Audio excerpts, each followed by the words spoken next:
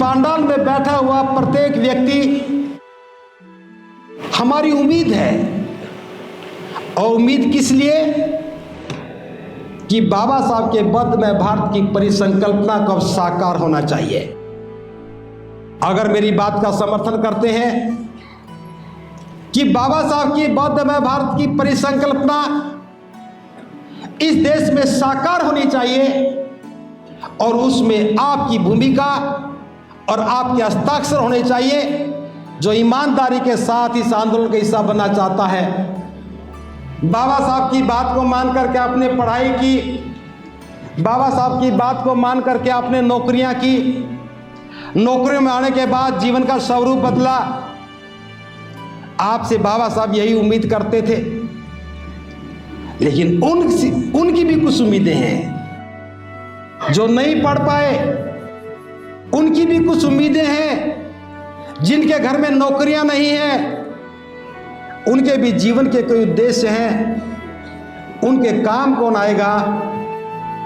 आप लोग अब ये भी काम करना शुरू करेंगे, अपने मन में कल्याण की भावना पैदा करते हुए दान पारमिता का अभ्यास करें।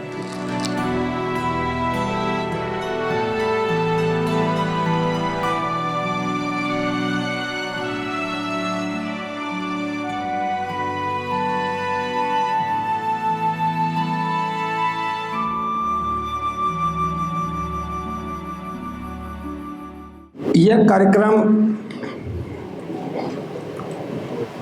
आम लोगों के लिए या आम लोगों की भीड़ का कार्यक्रम नहीं है। यह कार्यक्रम उन लोगों का कार्यक्रम है जिनसे बाबा साहब कुछ उम्मीद करते थे।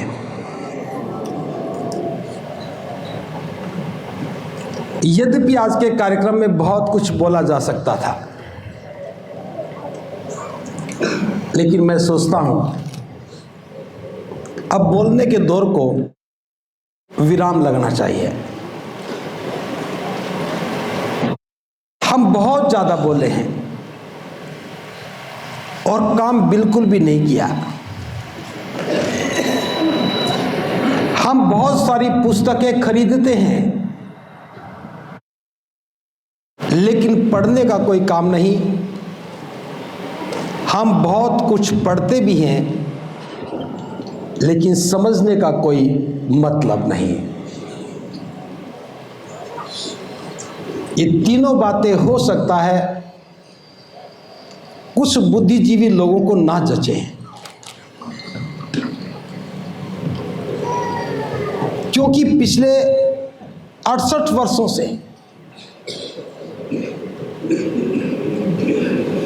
बाबा साहब का बद्ध में भारत का जो सपना था, बाबा साहब की बद्ध में भारत की जो परिसंकल्पना थी,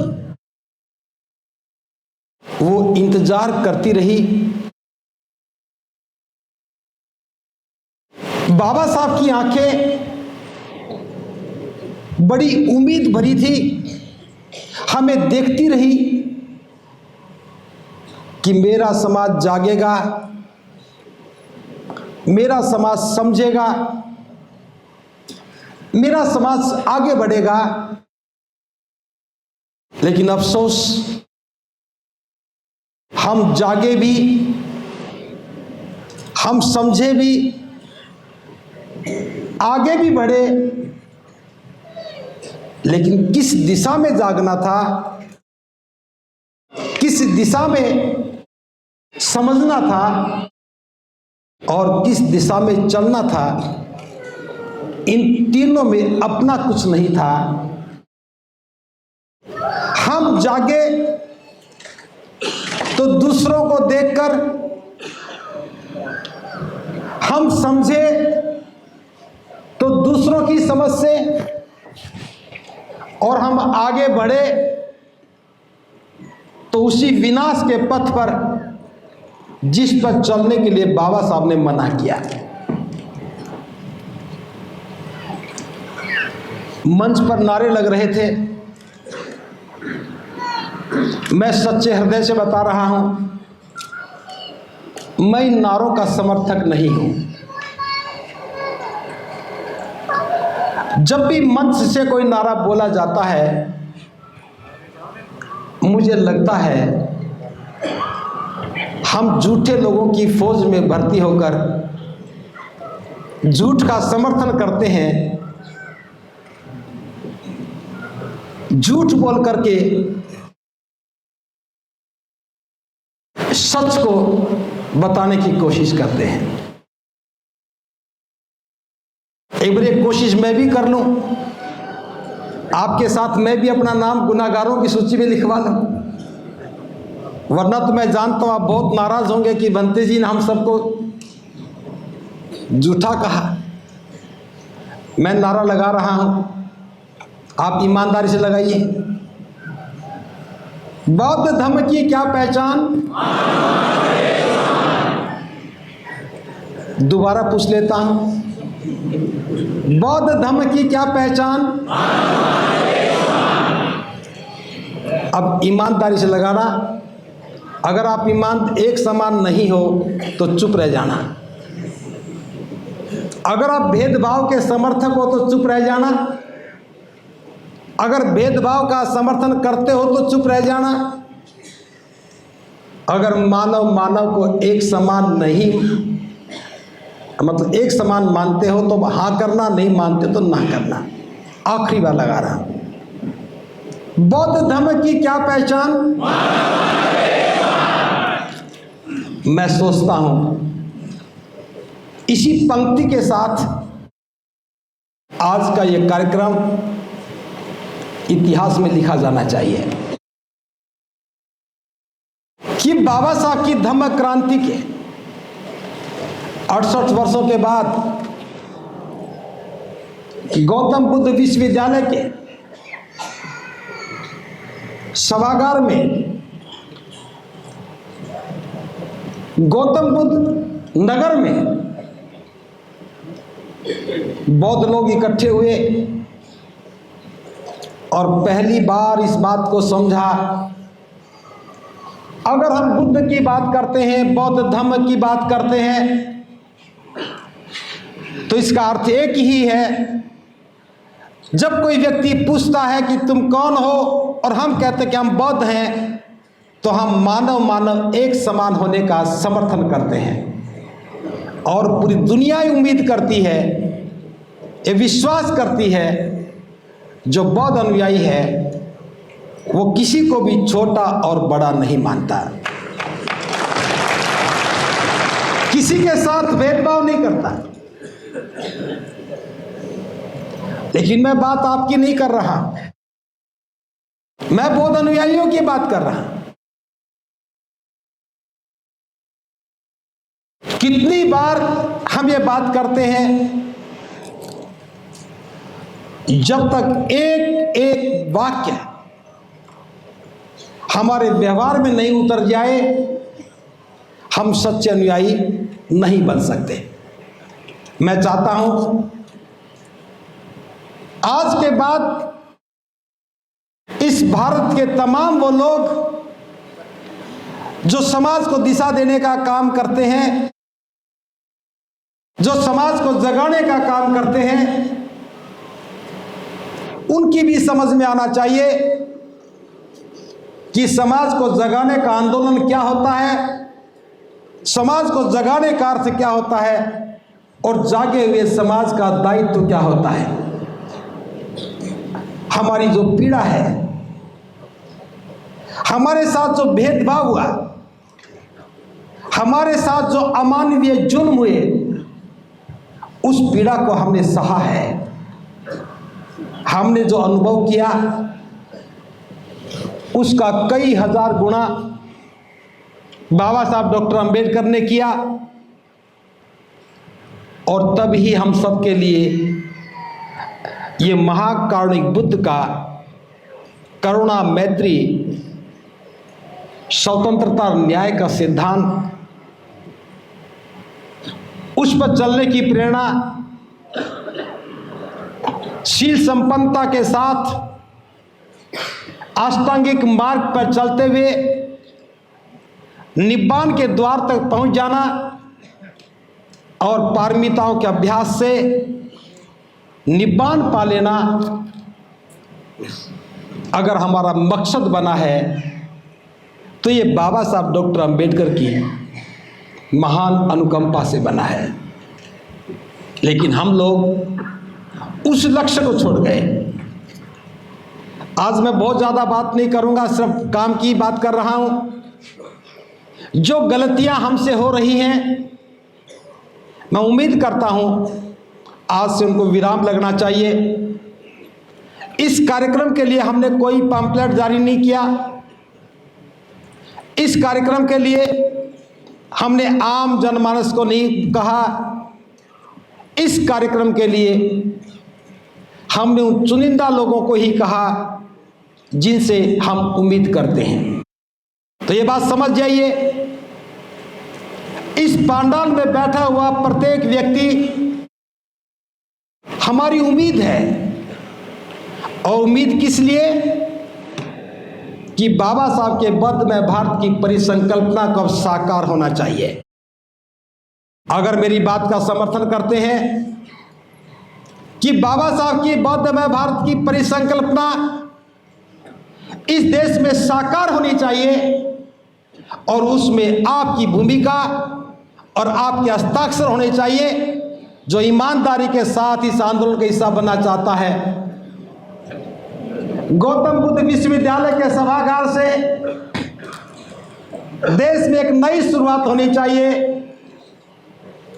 कि जब भी कोई मानव एक समान की बात करे तो उसे बुद्ध के अनुयायी नजर आने चाहिए। तो मैं जो बातें आपसे कह रहा हूं, पहली बात, अगर सामाजिक भेद को खत्म करना है, इस सामाजिक भेदभाव को जड़ से नष्ट करना है, तो उसकी बुनियाद में जो है वो हमारी जाति है। अभी तक मैंने बहुत बार सुना, बहुत बार मंचों से सुना, बड़े बड़े सामाजिक कार्यकर्ताओं से सुना कि ये जाति है जो जाति नहीं है। और हम भी यही मान बैठे थे, ये जाति है जो जाति नहीं है। लेकिन मैं बता दूं, ये जाति भी सुन ले और जाति की जड़ों तक भी ये बात जानी चाहिए। अब ये जाति जाएगी और अवश्य जाएगी और आज से ही जाएगी। ये ताली आपने मेरे लिए बजाई है या जाति की विदाई में बजी है? अगर जाति की विदाई में ताली बजी है तो ध्यान से सुनना, ताली वही बजाए जो जाति को छोड़ पाए। एक बार जोर से बजाए।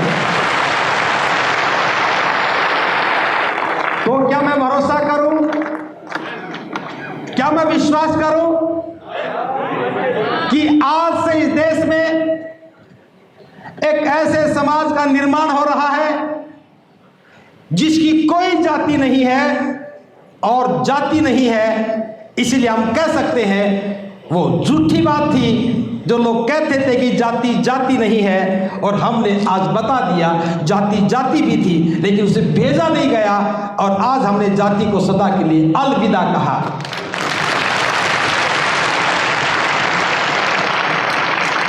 अब आपको क्या करना है? इस विदाई का एक दस्तावेज तो होना ही चाहिए,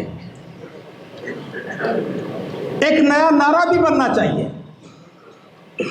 एक नया उद्देश्य झलकना चाहिए।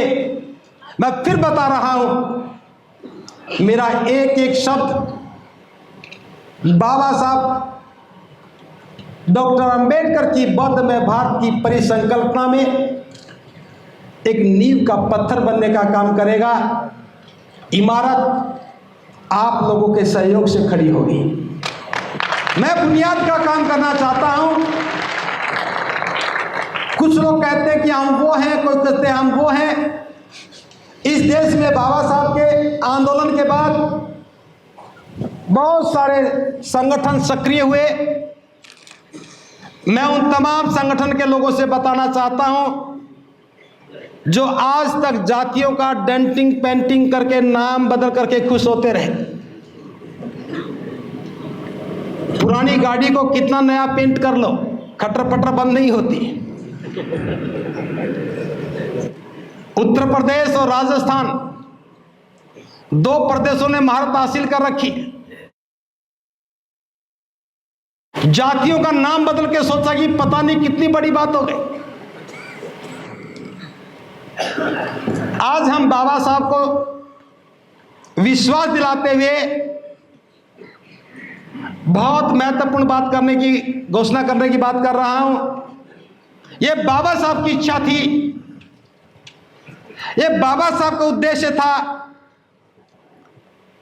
कि भारत में जाति व्यवस्था नष्ट होनी चाहिए, भारत में जाति खत्म होनी चाहिए।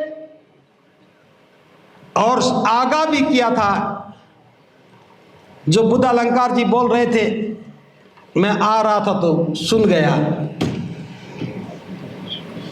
आगाह किया था, जो कमजोर लोग हैं, जो बुज़दिल लोग हैं, जिन्हें कुछ छोड़ने में डर लगता है,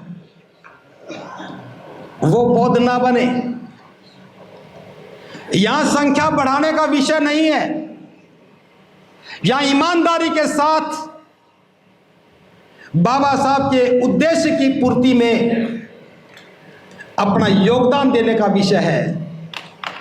इसलिए जो जाति छोड़ सके, आज हम घोषणा करेंगे, एक नारा देंगे,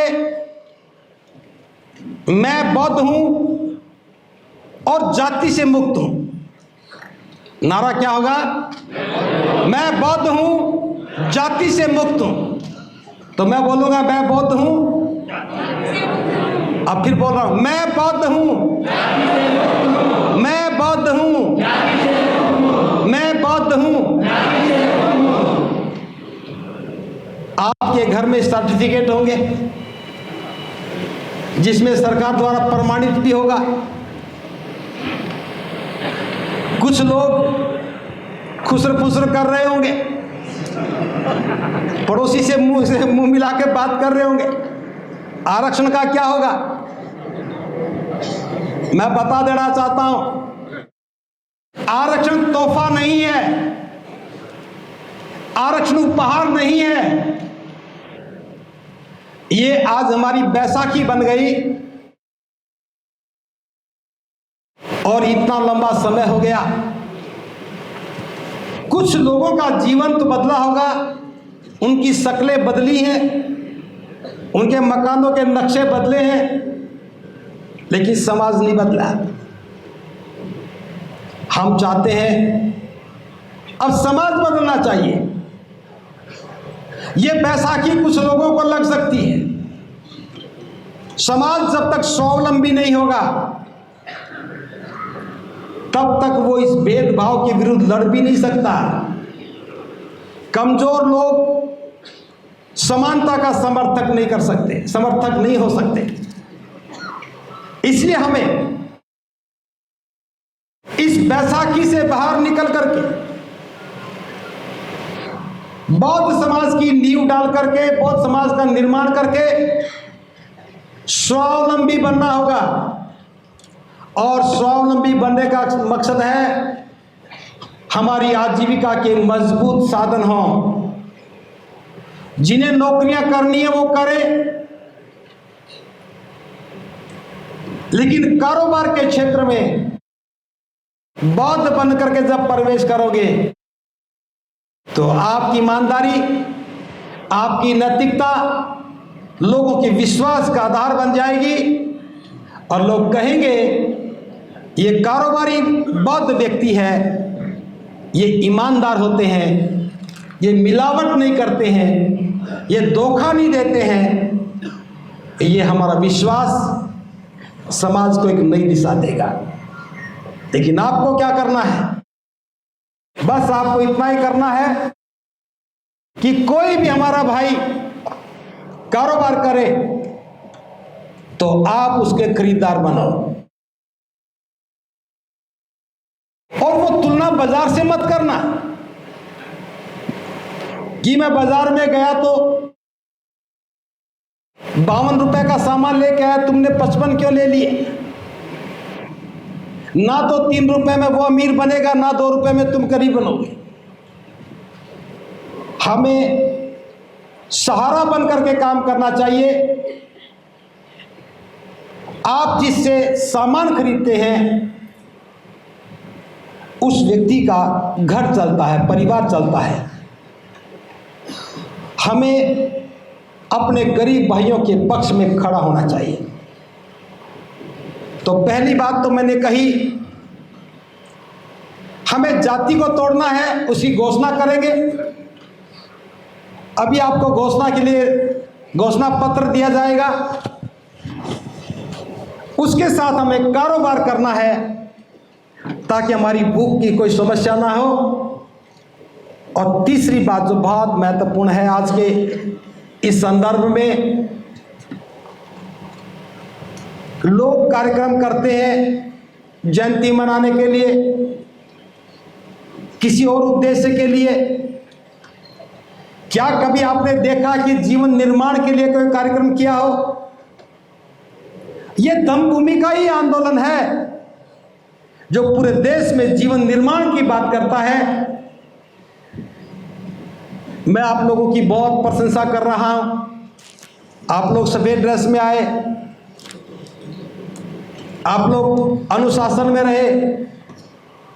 इस हॉल की क्षमता कम थी, हमने अतिरिक्त कुर्सियां डाल करके क्षमता को बढ़ाया। हमें विश्वास था कि आप लोग ऐसा करेंगे और हम इस बार खुशी जाहिर कर रहे हैं कि आप लोग उसी विश्वास के साथ आए। लेकिन कुछ बातें मैं आपसे जरूर कहना चाहूंगा। हमें अपने स्वभाव को भी बदलना होगा। हमें खाना कैसे खाना है, हमें पानी कैसे पीना है, हमें नमन कैसे करना है, संबोधन कैसे करने हैं, यह भी सीखना होगा। आप लोग कहेंगे कि भंते जी कैसी बात कर रहे हैं, मेरी उम्र तो 70 वर्ष है, क्या मैंने खाना खाना नहीं सीखा? जो सीखा वो तो कर ही रहे हो, लेकिन जो हम चाहते हैं वो नहीं सीखा है। हमें बहुत कुछ काम करना है, इसलिए हमें आवश्यकता पड़ी कि बौद्धों का स्वरूप क्या हो, बौद्ध अनुयायियों का व्यक्तित्व क्या हो। मैं आज भी देखता हूं जहां दो भिक्षु भी इकट्ठे हो जाते हैं, किसी को कहा भंते जी यहां बैठ जा, किसी ने कहा भंते जी उठ जाओ, क्रोध शुरू। उपासकों को भी कहा कि ऐसा मत करो, तो क्रोधित हो गए। पुस्तक विक्रेताओं को मैंने कहा कि पुस्तकें मत बेचो, बाकी सब बेचो, सारा बिकवाऊंगा, और सारे मुझसे झगड़ पड़े। हम क्या सिखा रहे हैं? करुणा और मैत्री कहां से आएगी? करुणा और मैत्री का कोई बाजार नहीं है। दुनिया के किसी भी बाजार में करुणा और मैत्री नहीं बिकती है। ये करुणा और मैत्री हमारे अपने अंदर से पैदा होती है। हमें करुणा मैत्री पर काम करना है। और मैं केवल भिक्षु भिक्षुणियों की बात नहीं कर रहा हूं, मैं तमाम बौद्ध उपासक उपासिकाओं की बात कर रहा हूं। हम लोगों को अब अपने स्वभाव और व्यवहार में बदलाव करना होगा। हम दो रास्ते पर एक साथ चल रहे हैं, ये बात बताना मैं बहुत जरूरी समझता हूं। सफेद कपड़े पहन करके हम बहुत नजर आते हैं। जब घर में बच्चे की शादी होती है तो कार्ड पर भी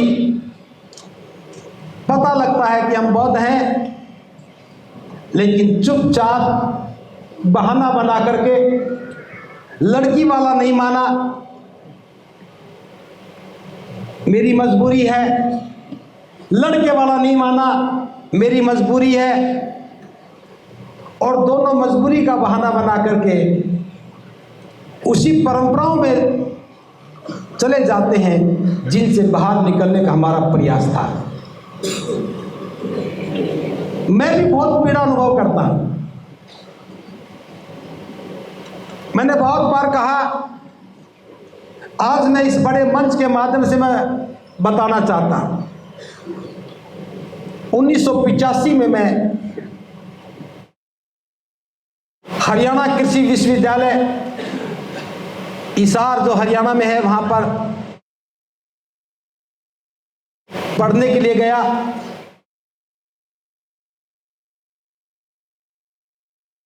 तो था पढ़ने के लिए, लेकिन वास्तविकता यह थी मेरा पढ़ने में कोई मन नहीं था। उस दौर को मैं याद करता हूं, जब भी कोई जुल्म की घटना अखबार में छपती थी, क्योंकि मैं पत्र पत्रिकाएं बहुत पढ़ता था, बेचैन हो जाता था। एक घटना को पढ़ करके मैं कई दिन तक दुखी रहता था। एक दिन मैंने कहा कि दुखी होने की बजाय इन घटनाओं की जड़ों तक जाना चाहिए। और मैंने कोशिश करनी शुरू की। आसपास में जब भी कोई ऐसी घटना छपती तो मैं पढ़ करके रविवार के दिन गांव में जाता, छानबीन करता, किसके साथ जुल्म हुआ, कहाँ जुल्म हुआ, किसने जुल्म किया, वो व्यक्ति उसके पास क्यों गया। बहुत सारे मन में ऐसे प्रश्न उठते थे और मैं सारी बातें करके जान करके उनका विश्लेषण करता। बहुत सारी घटनाओं को मैंने बहुत नज़दीकी से देखा और एक बात समझ में आ गई कि जो भी जुल्म होता है उसकी जड़ में जाति है। एक जाति विशेष को मान लिया गया कि इस पर जुल्म होना ही चाहिए। एक जाति विशेष ने मान लिया कि उसे जुल्म करने का अधिकार है। यह तो अलग विषय की बात हो गई, लेकिन जुल्म होता क्यों है? तब मैं निष्कर्ष पर पहुंचा कि हमारी गरीबी फर्ज के आगे कमजोर पड़ जाती है। लड़की की शादी करनी होती है, लड़के की शादी करनी होती है, भात और छुच्छक का भी विषय रहता है। हम कर्ज लेकर के आयोजन करते हैं, कर्ज लेकर के टेंट लगाते हैं, कर्ज में बैंड बजाते हैं, कर्ज में दावत देते हैं, और कर्ज देने वाला साहूकार जमींदार होता है। कर्ज के बाद वो हमारी गर्दन पकड़ करके खेत में ले जाता है। फिर वहां जुल्म का नया दौर शुरू होता है। गरीबी अभिशाप बन करके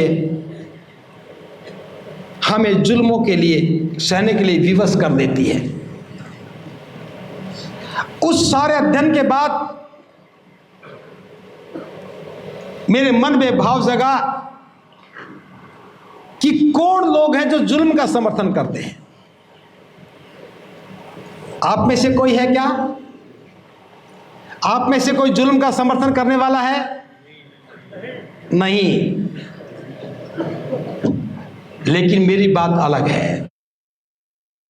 जुल्म करने वाला एक व्यक्ति होता है, इसमें कोई शक नहीं। उस जुल्मी तक उस व्यक्ति को पहुंचाने में किसकी भूमिका है? शादी में जो बाराती बनकर गए, शादी में जो दावत खाने के लिए गए, शादी में जो दहेज की बात करते हैं, दहेज की प्रशंसा करते हैं, वो सारे गुनाहगार होते हैं। और मैंने निश्चय किया कि मैं इस गुनाहगारों की सूची में अपना नाम नहीं लिखने दूंगा। मैंने शादी में जाना बंद किया, खाना बंद किया। बीच में भिक्षु बनने के बाद एक बार लगा कि बहुत भिक्षु बन करके जाऊंगा, लोगों को सिखाने का मौका मिलेगा। वो गलतफहमी भी जल्दी दूर हो गई। मैं जब भी किसी की शादी में नहीं गया, आज भी नहीं जाता। मैंने सोचा कि मेरे अकेले करने से बात नहीं बनेगी। इस बात पर मैंने अलीगढ़ में बहुत जोर दिया कि धम्मभूमि के कार्यकर्ताओं को बारात में जाना और दावत खाना रोकना होगा, क्योंकि परंपराओं को बदलना है तो परंपराओं के स्वरूप को भी जानना होगा। जब आप बाराती बनकर जाते हैं तो लड़की पक्ष की मजबूरी होती कि टेंट लगाए, उसको ठीक से सजाए, फिर आपके लिए अच्छा पकवान बनाए, फिर अच्छी डेकोरेशन बनाए, फिर लड़के वाला भी लगता है कि लड़की वाले के घर जा रहे हैं तो हम बैंड भी बजाएं, घोड़े को भी बढ़िया सजाएं, और बैंड बजेगा, घोड़ा भी चलेगा, घोड़े पर राजकुमार भी बैठा होगा, तो नाचने वाले भी सोचते हैं कि हम भी अपने दस्तक कर दें। और नाचने के लिए जोश चाहिए, जोश के लिए बोतल चाहिए, और बोतल के लिए ठेका नजर आता है। नाचने वाला नाच लेता है, बारातें पिटती हैं, जुल्म की एक और कहानी लिखी जाती है। मुझे हर बारात में जाने वाला व्यक्ति गुनाहगार नजर आता है, दावत खाने वाला हर व्यक्ति गुनाहगार नजर आता है। भले ही मैं दूर खड़े होकर देखता हूं, ये पीड़ा मैं इसलिए साझी कर रहा हूं, अगर भारत को बौद्ध में बनाना है, अभी तक हम किसी और से लड़ते रहे, अब हमें किसी से नहीं लड़ना, अब हमें खुद से लड़ना है। क्या एक दिन का खाने का स्वाद नहीं छोड़ा जा सकता? आज आपने खाना खाया, हो सकता है कि शादी जैसी दावत ना हो, आप थोड़ा और पैसा खर्च कर लेते तो हम रायता भी बनवा देते, दो गुलाब जामुन भी खिला देते, और खाना खिलाने वाले वेटर भी बुला लेते। लेकिन भोजन ऊर्जा के लिए है, इसका स्वाद से, प्रतिष्ठा से कोई सरोकार नहीं। अगर बौद्ध समाज का निर्माण करना है, जो पिछले 50 वर्षों में देख रहा हूं, 68 वर्षों में, और खास तौर से दिल्ली एनसीआर के क्षेत्र में, यहां बड़ी संख्या में गाजियाबाद, हापुड़, पिलखवा दिल्ली के लोग हैं, गौतम बुद्ध नगर के भी हैं। वो कहेंगे भंते जी हमारे घर में आकर के हमें ही बुरा बता गए। ये आपके घर में खड़े होकर बात नहीं कर रहा हूं, ये हमारा भी घर है, और अपने घर में बताना कोई बुरी बात नहीं है। हम बौद्ध रीति से शादियों के नाम पर भी वही काम करते रहे जो नहीं करना चाहिए था। तो आज सीधी बात कर रहा हूं, अकेली जाति तोड़ने से, जाति को छोड़ने से बात नहीं बनेगी, परंपराओं को भी बदलना होगा। अगर कोई हमारी बात नहीं माने, कोई मलाल नहीं, बस मेरी दो बात आप मान जाओ, बारात में जाना और शादी में दावत खाना बंद कर दो। अगली बात जब आओगे तो शादी वाली दावत हम ही खिलाएंगे आपको। 18 मार्च को धम्म कारवां होगा, उसी धम्म कारवां में जैसा चाहो खाना खाना, बनाना आप ही को है, खाना आप ही को खाना, आप ही को बनाना, आप ही का पैसा है, आप ही के लिए। जो समाज जैसा खाना चाहता वैसा बनाए भी। आप इस सुंदर सभागार में आए, आपकी कल्पना सुंदर थी तो सभागार सुंदर मिला, कल्पना अच्छी थी तो वातावरण अच्छा मिला। अब जीवन के प्रति भी अपनी धारणा को बदलो। ये जीवन हमारा किराए का नहीं है, टेंट हाउस की दुकान से लिया हुआ नहीं है कि कोई भी आए सोने वाले गद्दों पर जूते से पैर रगड़ के आगे चला जाए। जूता तो साफ हो गया लेकिन गद्दा तो गंदा हो गया। हम लोगों ने अपने जीवन को खुद गंदा किया है। शादी के नाम पर पौवा पी करके, बोतल पी करके खुश होते हो, बड़ा आनंद आया। क्या जीवन बिगाड़ना कोई आनंद की बात है? लेकिन विवाह शादी के नाम पर ये सारी परंपराएं सम्मान पाती हैं और जीवन ठगा जाता है, जीवन नष्ट होता है। तो मैं चाहता हूं कि प्रत्येक बौद्ध व्यक्ति शादी दिन में करे, बिना बैंड के, बिना बारात के करे, अपने परिजनों को ले जाकर के, सगे संबंधियों को ले जाकर के शादी करे, सामुदायिक भवन में शादी करे, अपने घर में शादी करे, लेकिन बारात, टेंट और बैंड, ये तीन बातें बौद्धों की शादी में नहीं होनी चाहिए। खाने के लिए मैं अब भी मना नहीं कर रहा। शादी के बाद लड़का पक्ष चाहे तो अपने सगे संबंधियों को, मित्रों को, पड़ोसियों को खाना खिलाए, लेकिन कर्ज लेकर के ना खिलाए, बैंड बजा के ना खिलाए। शादी दिन में करे, रात को निशाचर लोग शादी करते हैं, रात को जागने वाले लोग। बौद्धों की कोई शादी रात को नहीं होती। अगर आप इस विचार में मेरे साथ हैं तो मैं पूरे विश्वास के साथ कहता हूं, आने वाले कुछ दिनों के बाद इस बात पर शोध शुरू होगा कि बौद्ध लोगों ने अपने जीवन को कैसे तराशा, बौद्ध लोगों ने अपने जीवन को कैसे सुंदर बनाया, बौद्ध लोग, इस देश के बौद्ध लोग अपनी गरीबी से बाहर निकल करके समृद्धि का जीवन कैसे जिए, बौद्ध लोगों ने अपने आचरण को श्रेष्ठ कैसे बनाया।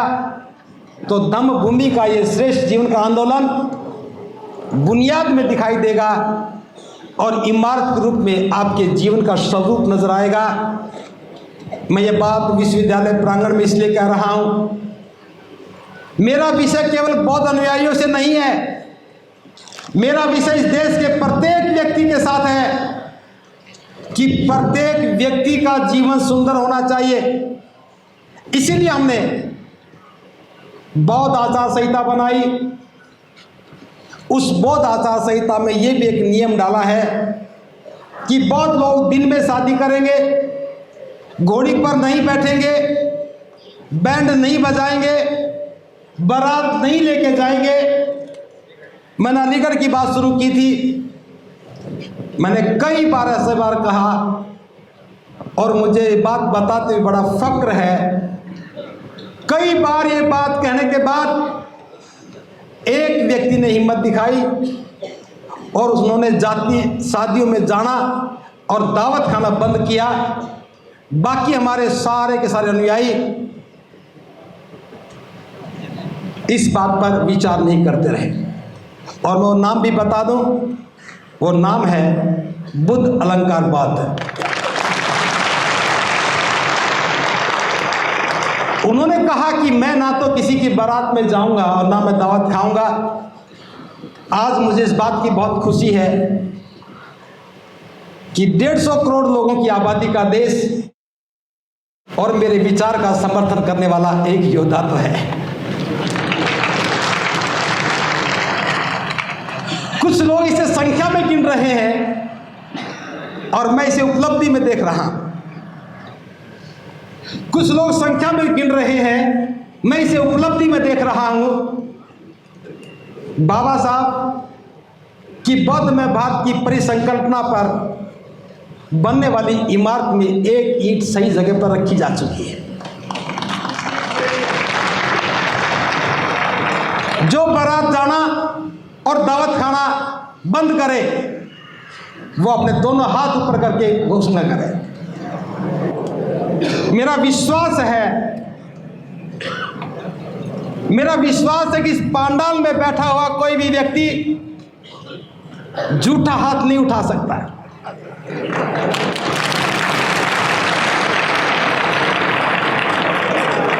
लेकिन मैं ये भी जानता हूं, यहां अकेले अकेले आए हैं।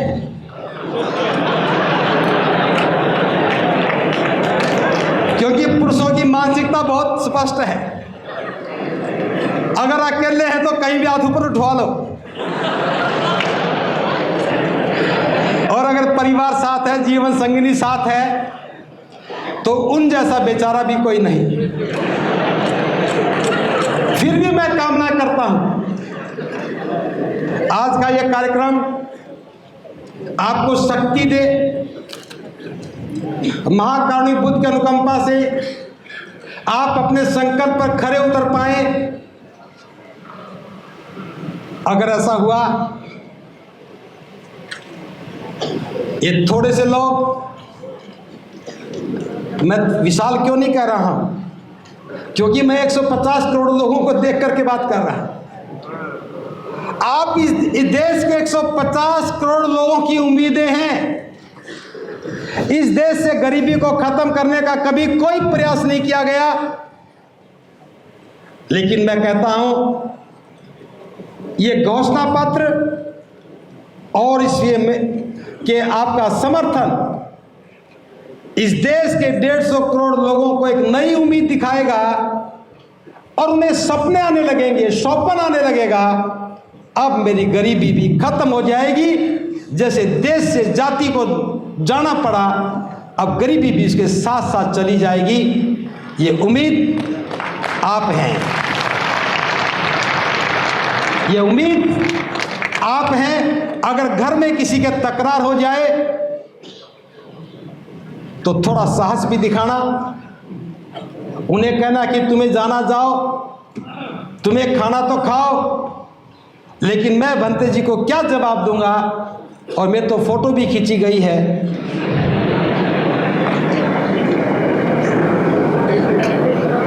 पूरे देश में आपकी तस्वीर गई। ये बात बहुत आसान है, बहुत मुश्किल नहीं है। आप दावत खाना बंद कीजिए, बारात में जाना बंद कर दीजिए, हम शादी की परंपरा बदल देंगे। और शादी की परंपरा बदलने के बाद 10 नवंबर 2024 का ये दिन शादी के नाम पर होने वाले जुल्मों को खत्म करने में एक मील का पत्थर बनेगा। हम किसी की गरीबी को खत्म कर पाए या ना कर पाए, लेकिन किसी भी व्यक्ति को गरीबी के कारण जुल्म का शिकार ना होने दे, ये हमारी प्राथमिकता में होना चाहिए। आपने अपना जीवन संवारा, मैं आपके लिए साधुवाद ज्ञापित करता हूं। बाबा साहब की बात को मान करके आपने पढ़ाई की, बाबा साहब की बात को मान करके आपने नौकरियां की, नौकरियों में आने के बाद जीवन का स्वरूप बदला। आपसे बाबा साहब यही उम्मीद करते थे, लेकिन उनकी भी कुछ उम्मीदें हैं। जो नहीं पढ़ पाए उनकी भी कुछ उम्मीदें हैं। जिनके घर में नौकरियां नहीं हैं उनके भी जीवन के कोई उद्देश्य हैं। उनके काम कौन आएगा? आप लोग अब ये भी काम करना शुरू करेंगे, अपने मन में कल्याण की भावना पैदा करते हुए दान पारमिता का अभ्यास करें। अपने बच्चे की फीस भरते हैं तो किसी पड़ोस के बच्चे का भी ख्याल करो। अपने बच्चे के लिए कपड़े सिलवाते हैं तो किसी पड़ोस के बच्चे का भी ख्याल करो। आप अपने लिए जूते चप्पल खरीदते हैं तो किसी और का भी ख्याल करो, भले ही थोड़ा करो। बौद्ध होने का ये भी एक प्रमाण है कि आपके मन में करुणा का वास हुआ और हम अपने भाइयों के प्रति दयालु बने, हितैषी बने। केवल मंच पर बात करने से तो होता तो मैं अकेला ही बहुत था, लेकिन ये काम तो करने से होगा। अब हम अभ्यास करेंगे करुणा और मैत्री का। हम जहां पर भी कोई आपदा आती है, आपदा किसी पर भी आए, उसकी जाति नहीं देखनी, वो किस प्रदेश से ये नहीं देखना। हम पूरी मानवता के लिए काम करने वाले लोग हैं।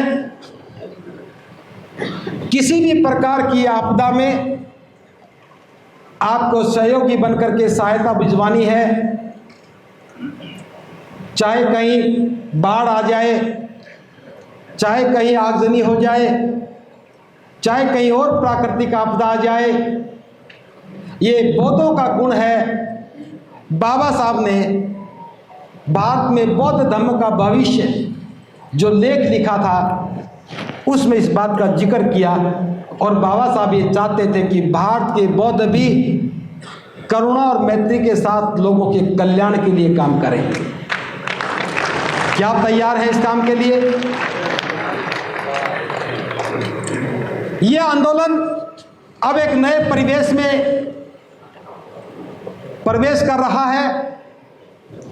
अपने लक्ष्य की साधना में एक महत्वपूर्ण पायदान पर हम पहुंच चुके हैं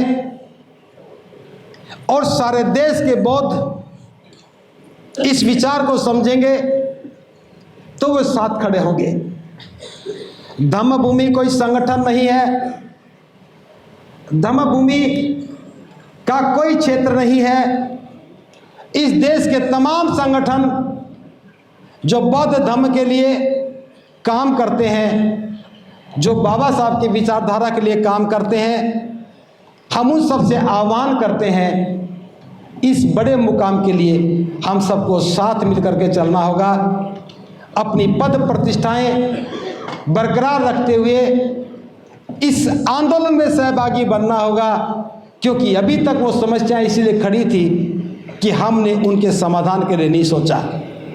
आज हम सोच रहे हैं, हमें जीवन को तराशना है, हमें जीवन को सुंदर बनाना है, हमें कुरीतियों को खत्म करना है, हमें असमानता को खत्म करना है। तो दो चार बातें और करके मैं समापन की ओर आऊंगा। उसके लिए हमारे पास प्रशिक्षण के केंद्र भी तो होने चाहिए। क्या कभी समाज इस बात की आवश्यकता का अनुभव नहीं करता कि उसके पास भी सुंदर से प्रशिक्षण स्थल हो? क्या कभी समाज इस बात की आवश्यकता का अनुभव नहीं करता कि उसके पास योग्य शिक्षक हो? अभी तक मैं देख रहा था कि जब भिक्षु बनने की बात आती थी तो पढ़े लिखे लोगों को लगता था ये काम अनपढ़ लोगों का है।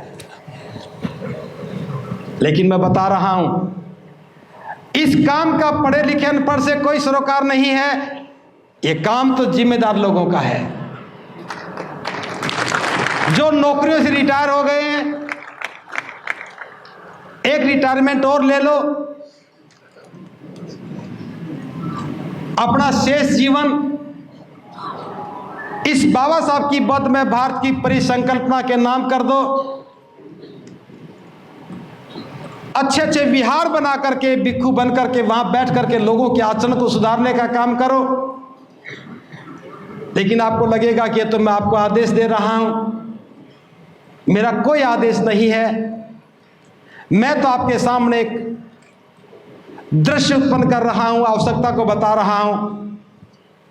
इस देश में भिक्षु बहुत सारे हैं, हजारों की संख्या में है, लेकिन जीवन निर्माण का काम करने वाले चंद ही, मुट्ठी में आने वाले मुट्ठी भर लोग, चंद भिक्षु हैं जो लोगों के स्वरूप को, जीवन को बदलने का काम कर रहे हैं। हमें आवश्यकता है कि हजारों भिक्षु संस्कारों को छोड़ करके, कर्मकांडों से बाहर निकल करके एक ही काम करें, वो केवल बौद्ध धर्म का प्रचार करें, लोगों को अच्छे जीवन जीने के लिए प्रेरित करें, उनके जीवन को बदलने में बुद्ध की शिक्षाएं कहां काम आ सकती हैं, उसके लिए मार्ग प्रशस्त करें। इस काम का होना बहुत जरूरी था। इस बात को आप लोगों ने समझा। पिछले वर्ष अक्टूबर के अंतिम दिनों में और नवंबर के शुरू के सप्ताह में पास में, यहाँ से मात्र 6 किलोमीटर दूर बिलासपुर नगर है, वहाँ पर एक बहुत बड़ा कार्यक्रम हुआ सामने पवज्जा का। उस सामने शिविर को हमने खेतों में किया। ऊपर छत नहीं थी, टेंट था। जब रात को सोते थे, सुबह उठते थे तो टेंट में से पानी टपकता था और हम धूप निकलने तक इंतजार करते थे, कब धूप निकले, कब ये पानी खत्म हो और अगली एक्टिविटी शुरू करें। वहीं से एक विचार ने जन्म लिया कि हमें एक बहुत बड़े प्रशिक्षण केंद्र की जरूरत है, बनाना चाहिए। मैं साधुवाद ज्ञापित कर रहा हूं अलीगढ़ की टीम को। भले ही मैं अलीगढ़ के लोगों को कई बार बुरा भी कहता हूं, लेकिन सच बात यह है कि जिनको ज़्यादा बुरा कहता हूं वही ज़्यादा अच्छा काम करते हैं। मैंने आप लोगों को कभी बुरा नहीं कहा, इसलिए आपने कोई अच्छा काम भी नहीं किया, क्योंकि जो करता है उसे कहा जाता है। ये बात मैंने एनसीआर में रखी, यहाँ ज़मीन ढूंढी, उसके बाद आगरा के लोगों को कहा, आगरा के लोग भी तैयार हुए, ज़मीन ढूंढने लगे, वहाँ भी ज़मीन ढूंढ ली। फिर जयपुर का ख्याल आया, जयपुर के लोगों को कहा, उन्होंने ज़मीन दिखाई, यहाँ पर भी ज़मीन देख ली, जयपुर में भी और आगरा में भी। इस मामले में अलीगढ़ के लोगों की मैं तारीफ करता हूँ, प्रशंसा करता हूँ। आगरा के लोग इंतज़ार करते रहे कब भंते जी आगे बढ़े, हम साथ खड़े हो जाएं। जयपुर के लोग सोचते रहे भंते जी कहाँ आकर के इतने बड़े काम में हमें फंसा रहे हैं। और यहाँ ग्रेटर नोएडा को मैं कुछ नहीं कह सकता, क्योंकि मेरे संपर्क भी सीमित से थे, ना मैं किसी से मिला, ना मैंने कोई ज़्यादा बात की। अलीगढ़ वालों ने तुरंत ज़मीन ढूंढी और कहा जी ये केंद्र तो अलीगढ़ में बनना चाहिए, तो ताली बजाइए। और सबसे बड़ी बात, और ज़मीन भी ऐसी थी अगर हम चूक जाते तो फिर हाथ में नहीं आने वाली थी, उसका सौदा हो चुका था, बस सुबह और शाम का अंतर था। जरूरत पैसे की थी, रजिस्ट्री तुरंत करवानी थी। तो अलीगढ़ के 5-6 जिम्मेदार धम्मभूमि के कार्यकर्ता आगे आए और अपनी पूंजी दे करके 92 लाख रुपए की जमीन की रजिस्ट्री करवाई।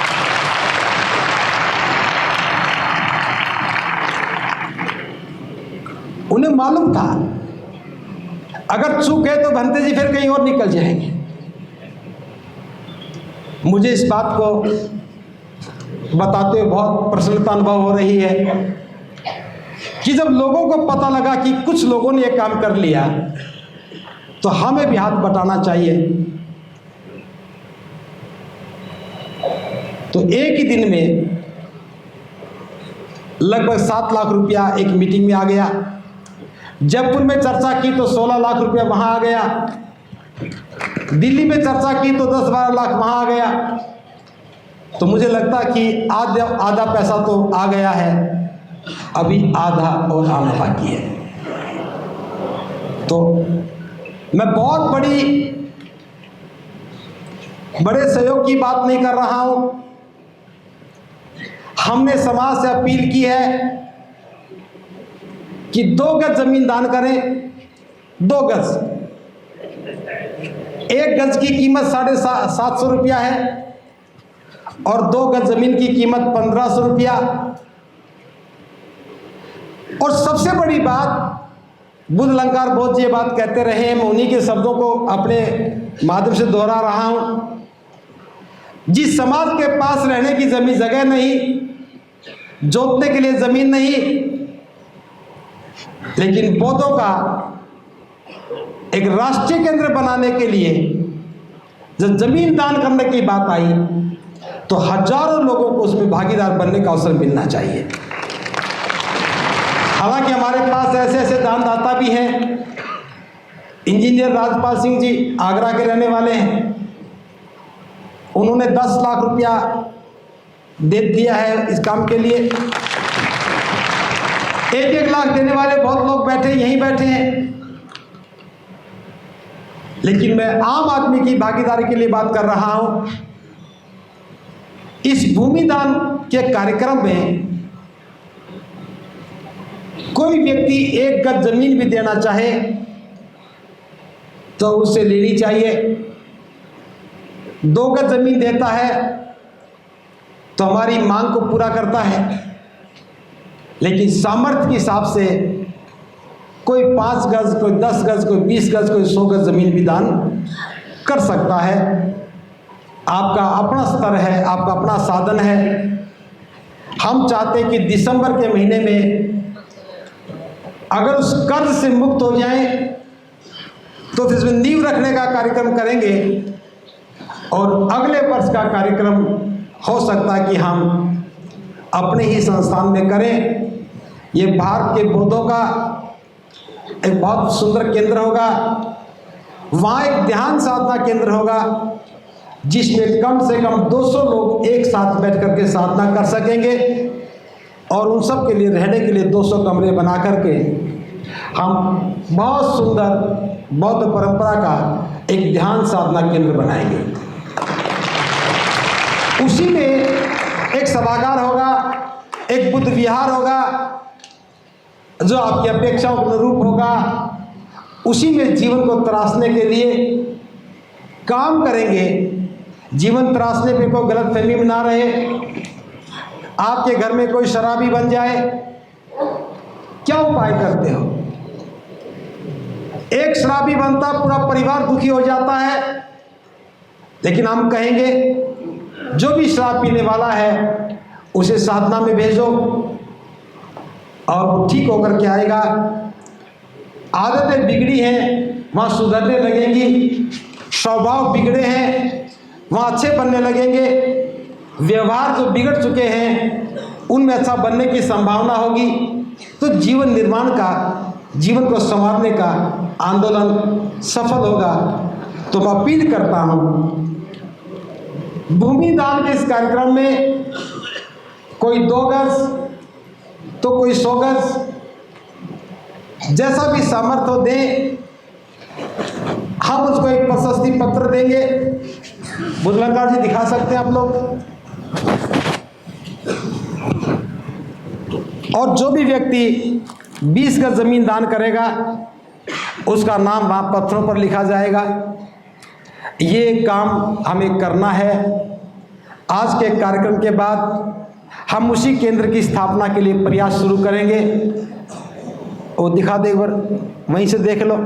ये प्रशस्ति पत्र है, आपके घर में आप इसको लगा सकते हैं। ये प्रमाण होगा कि आपने उस केंद्र के बनने में कुछ गज जमीन का दान किया है। तो ये काम करना है। कोई आज करे, कोई कल करे। अभी कुछ घोषणाएं भी हुई थी। कुरुक्षेत्र से 2 चेक भी आए थे। उपासिका, हाँ सुमन नाम है ना, ये उपासिका सुमन है कुरुक्षेत्र से। इन्होंने 50,000 रुपये का सहयोग आज दिया है और 51,000 रुपये का दिया है। एक मोलू राम जी है कुरुक्षेत्र से, उन्होंने 50,000 रुपये का चेक दिया है। तो इनके इस प्रयास के लिए बहुत बहुत साधुवाद। 15,000 के दिल्ली के 2 लोग दे करके गए थे। कोई आज ना भी दे सके तो यहाँ से जाने के बाद दे सकते हो। जब भी मन में आए तब कह सकते हो। इस काम में मैं समझता हूँ आप सबके दस्तक होने चाहिए। भले कोई 1 गज जमीन दे, आप 2 गज दे रहे हैं, अपने 2 मित्रों से भी कहें कि तुम भी 2-2 गज दे दो। योगदान आपका ही होगा और भारत के इतिहास में ये बात लिखी जाएगी। जब लोग अपना घर बना रहे थे तो कुछ लोग जीवन निर्माण के लिए 2-2 गज जमीन दान लेकर के इस भारत को पुनः बौद्ध में बनाने के लिए, बाबा साहब की बौद्ध में भारत की परिसंकल्पना के लिए 2 गज जमीन का दान मांग रहे थे। और ये बात भी लिखी जाएगी, ये जमीन का दान भूस्वामियों से नहीं मांगा। ये जमीन का दान जिनके पास बहुत बड़ी जमीन है उनसे नहीं मांगा। ये जमीन का दान उनसे मांगा है जिनके पास रहने की कोई जमीन नहीं है। रहने की भले कोई जमीन ना हो, लेकिन जीवन निर्माण के लिए ये काम होना ही चाहिए।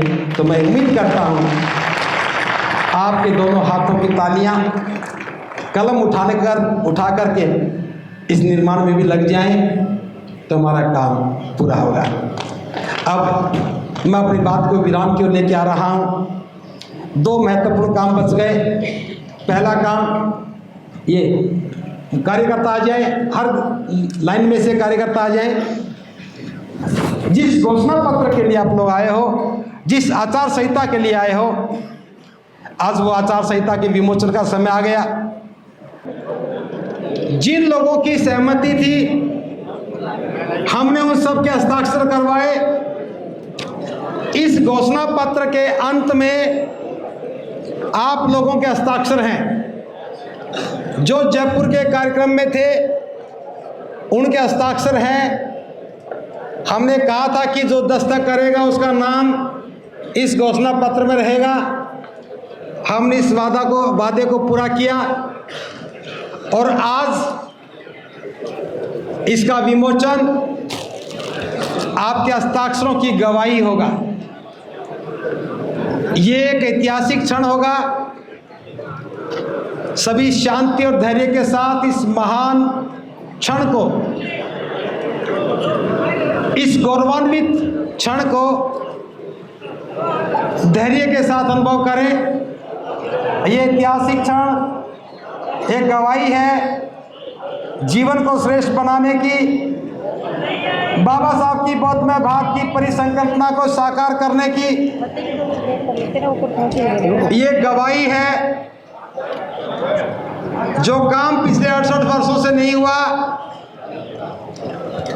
उसका एक नया संकल्प है। अब भी कोई कहे तो कहना कि बौद्धों की आचार संहिता में लिखा था कि बौद्ध लोग हाथ के धागा नहीं बांधते। अभी 10 दिन पूर्व देश में बहस चली कि दीपोदान मनाए या ना मनाए, और तरह तरह के लोग तरह तरह की बातें करते थे। अगली वर्ष जब आएगा तो कोई पूछेगा कि बौद्ध दीपोदान मनाते नहीं मनाते, तो अभी दस्तावेज को दिखा करके कहेंगे कि ये बौद्धों का पर्व नहीं है। वैशाख पूर्णिमा आए तो आप गर्व से कहेंगे कि बौद्धों का पर्व है, इसमें लिखा है। धम्मचक्र प्रवर्तन आए तो बताएंगे कि कैसे मनाना है, तो हमें कैसे धर्म कारवां निकालना है। ये सारा दस्तावेज है। और मैं बताऊं, कोई ये ना सोचे कि किसी एक व्यक्ति का विचार है। हमने तो बाबा साहब की बौद्धमय भारत की परिसंकल्पना को बस एक सुंदर साज सज्जा में पेश किया है। ये मेरा विचार नहीं, चंद भिक्खुओं का विचार नहीं। आज भले ही मंच पर आपको भिक्खु दिख रहे हैं, जब इस पर दस्तखत हुए थे उस दिन 140 से ज़्यादा भिक्खु इस समय मौजूद थे, भिक्खुनियाँ भी थी। आज इस महत्वपूर्ण अवसर पर हम आपकी भागीदारी को पाकर के आशान्वित हुए हैं कि जिस काम की आज तक आवश्यकता थी, आज आप लोगों के प्रयासों से, आपके सहयोग से पूरा हुआ। आप सबके लिए मंगल कामना, सबके लिए अनंत मंगल कामनाएं।